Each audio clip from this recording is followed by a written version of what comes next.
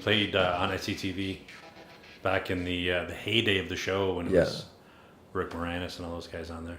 That was because Ian's brother being Dave Thomas, we had a connection, and when we played in Toronto, a lot of times the cast would come out to see our gig. They'd finish they were at the fire hall, the old fire hall, and they would come out. We were playing at various clubs in Toronto, and they'd come out and heckle us, and which was difficult because they are very witty people and very funny people, and they would come out and have a few drinks and so on.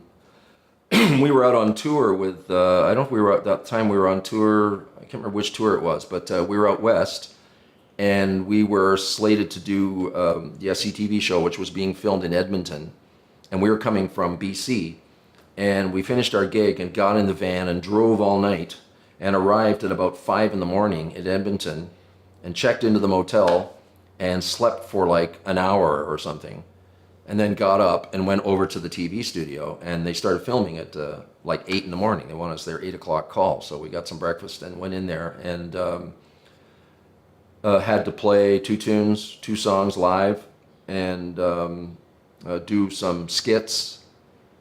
You do it at the time and sort of go, okay, well, that was really fun, and hopefully I'll get to see it on TV. And to this day, people will walk up to me where I'm playing somewhere and hold their iPhone up with it playing and, go like this, like, hey, that's you, and I go, yeah, I've seen it, right? As the joke goes, if I'd known this was going to be such a hit, I would have written something better. It's sort of like maybe I was wearing, the joke was always I was wearing my girlfriend's red spandex shirt. And so I'm wearing this tight red spandex shirt. So I was thinking, yeah, maybe I shouldn't have worn that shirt. It's whatever. It was probably clean when I was on tour. But that night, I always think of that night. We went that night and we played at some club in Edmonton. And John Candy came and sat in the front row and started having a couple of beers and heckling us. And we really couldn't get anything done because he would yell something at us, and Ian would come back, and Ian is very good dealing with hecklers. He's a very funny guy.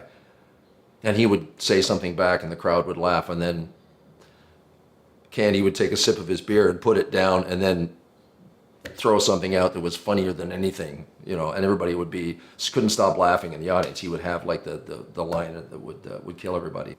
When you see him in real life in his element going, I don't have anything scripted, and he would not quit.